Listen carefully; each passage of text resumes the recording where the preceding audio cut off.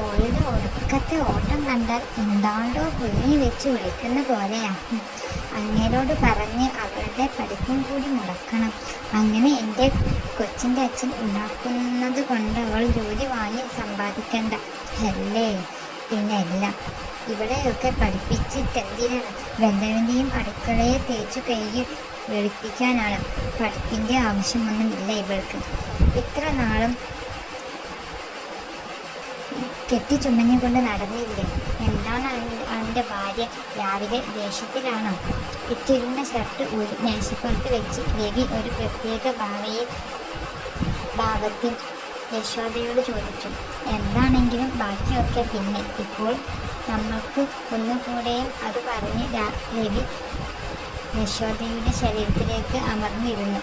തൻ്റെ മാറിലായി മുഖം കൊളുത്തി കിടന്നിരുന്ന രവിയെ യശോദയൊന്ന് നോക്കി. അതെ രവിയേട്ടാ. ഓ, എന്താ യശോദേ? അത് പിന്നെ ആ ദേവിയില്ലേ, അവളിപ്പോൾ എപ്പോഴും മുറിക്കകത്തു കയറിയിരിപ്പ. എത്ര വിളിച്ചാലും ഇറങ്ങി വരില്ല. ഈ വയ്യാത്ത നടുവും വെച്ച് ഞാനാ ഇവിടെയെല്ലാം ജോലികളൊക്കെ ചെയ്യുന്നത്. അതുമാത്രമല്ല, അവൾക്കിപ്പോൾ ഇത്തിരി അഹമ്മതിയും കൂടിയിട്ടുണ്ട്. അത്രയും പെട്ടെന്ന് ആരുടെയും തലയിൽ വെച്ച് കെട്ടിയേ പറ്റും. വല്ല ചട്ടനോ പൊട്ടനോ മറ്റോ മതി. അതാകുമ്പോൾ സ്ത്രീധനം ഒന്നും വേണ്ടല്ലോ. ഞാൻ ആ ബ്രോക്കർ കരുണാകരനോട് പറഞ്ഞിട്ടുണ്ട്. അവൾക്കെന്താ പെട്ടെന്നൊരു മാറ്റം? മനസ്സിൽ വല്ല പ്രേമവും പേര് പിടിച്ചിട്ടുണ്ടോ യശോദയെ? തള്ളയുടെ എൻ്റെ മോള് പിടിച്ചിട്ടില്ലെങ്കിലും അത്ഭുതമൊന്നും ഇല്ല. ആരുമില്ലെന്ന് പറഞ്ഞ ഇത്രയും നാൾ തീറ്റി കൂട്ടിയത്. ആ പുന്നാര മോളിന്ന് വരട്ടെ, കൊടുക്കുന്നുണ്ട്. അത് കേട്ടതും യശോദയിൽ ഒരു പുച്ഛച്ചിരി പിരിഞ്ഞു. എൻ്റെ ദേവി, ഇന്നും വൈകി കിട്ടിയ ബസ്സിൽ ചാടി കയറി കോളേജിൽ എത്തിയപ്പോഴേക്കും ക്ലാസ് തുടങ്ങിയിരുന്നു. ഇന്ന് പുതിയ സാർ മിസ്സിന് പകരമായി ജോയിൻ ചെയ്യുമെന്നും പറഞ്ഞു കേട്ടതിൽ വെച്ച് പറയാനാണെങ്കിൽ കലിപ്പലാണ്. എല്ലാം കൂടി ഓർത്ത് ടെൻഷനായി ദേവി നേരെ ക്ലാസ്സിനെ ഓടി. May I coming in sir? കിതച്ചു അവൾ സാറിനോട് പെർമിഷൻ ചോദിച്ചു. നോ. ടൈം എത്രയായി? ഇപ്പോഴാണ് തനിക്ക് ടൈം ആയത് ക്ലാസ്സിലേക്ക് കയറാൻ? അവളൊന്നും പറയാതെ മുഖം കുനിച്ചു നിന്നു. ചോദിച്ചത് കേട്ടില്ലേ? പുതിയ സാറിൻ്റെ വായിന്ന് ദേവിയുടെ പേര് കേട്ടത് ദേവി ഉൾപ്പെടെ എല്ലാവരും പകച്ചു സാറിനെ നോക്കി. എന്നാൽ സാറിന് ഒരു കൂസലും ഉണ്ടായിരുന്നില്ല. Answer me. അവളുടെ ദേഷ്യം ആ ശബ്ദത്തിൽ തെളിഞ്ഞിരുന്നു. ദേവിയുടെ കണ്ണുകൾ നിറഞ്ഞു വന്നു. അതെല്ലാവരിൽ നിന്നും മറക്കാൻ അവൾ നന്നായി പാടുപെട്ടു.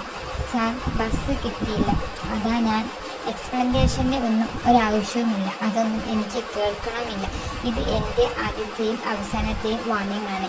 ഇനി ഇങ്ങനെ തന്നെ ഇനിയും ഇങ്ങനെ കണ്ടാൽ പിന്നെ ഞാൻ ഈ ക്ലാസ്സിൽ തന്നെ ഞാൻ വെച്ചേക്കില്ല. ഓർത്ത് വെച്ചോ. അതും പറഞ്ഞ് സാർ അകത്തേക്ക് കയറി. തിരിഞ്ഞു നോക്കിയതും നിറക്കണ്ണുകളോടെ ദേവി നിൽക്കുന്നതായിരുന്നു. ഡോ, എന്താ താനെ ഇങ്ങനെ കയറ്റുന്നത്? ഒന്നാമത്തെ സമയം പോയി. മനുഷ്യനെ മെനക്കെടുത്താതെ കയറിയിരിക്കാൻ നോക്ക്. അതും പറഞ്ഞ് സാർ വീണ്ടും ക്ലാസ് കണ്ടിന്യൂ ചെയ്തു. ദേവി നിറക്കണ്ണുകളാണ് ക്ലാസ്സിലേക്ക് കയറി തൻ്റെ സീറ്റിലിരുന്നു. പലരും സഹതാപത്തോടെ ഇഷ്ടത്തോടെയും ഒക്കെ അവളെ നോക്കുന്നുണ്ടായിരുന്നു. എന്തോ അന്ന് ക്ലാസ്സിൽ ഒട്ടും ശ്രദ്ധിക്കാൻ അവൾക്ക് കഴിഞ്ഞില്ല. അധികം കൂട്ടുകാരൊന്നും ദേവിക്ക് ഉണ്ടായിരുന്നില്ല. ഉള്ളത് മാളവിക എന്ന് പറയുന്ന ഒരു കൂട്ടുകാരിയാണ്. ഇരുവരും ചെറുപ്പത്തിലേ മുതൽ അറിയുന്നവരുമാണ്. ഒരുമിച്ച് പഠിച്ചവരുമാണ്. വീടാണെങ്കിലോ അതും അടുത്തടുത്തായിരുന്നു. ദേവിയുടെ എല്ലാ കാര്യങ്ങളും അറിയാവുന്ന ഒരേ ഒരാൾ അവളായിരുന്നു.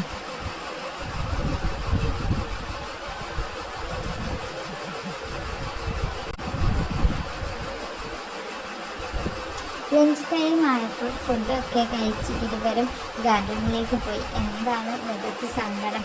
രാവിലെ സാർ വഴക്ക് പറഞ്ഞത് ആണോ നിന്റെ മുഖം ഇങ്ങനെ വീർത്തിരിക്കാൻ? മാളു ദേവിയോട് ചോദിച്ചു. ഹേയ്, ഒന്നുമില്ലടോ. ഓ പിന്നെ എനിക്കറിഞ്ഞൂടെ നിന്നെ? മര്യാദയ്ക്ക് പറഞ്ഞു തന്നെ. മാളു, എന്നെ അവിടെ അധിക നാളൊന്നും ജീവിക്കാൻ അവൾ സമ്മതിക്കില്ല. എനിക്ക് പേടിയാണ്. അത് പറയുമ്പോൾ അവളുടെ ഭയം അവളുടെ മുഖത്ത് പ്രകടമായിരുന്നു. ദേ നോക്കിയേ ദേവി, നീ ഇങ്ങനെ തൊട്ടാവാടി ആകരുത്. ഒരു പെണ്ണുള്ളപ്പോൾ സ്വഭാവം നിനക്കറിയാവുന്നതല്ലേ?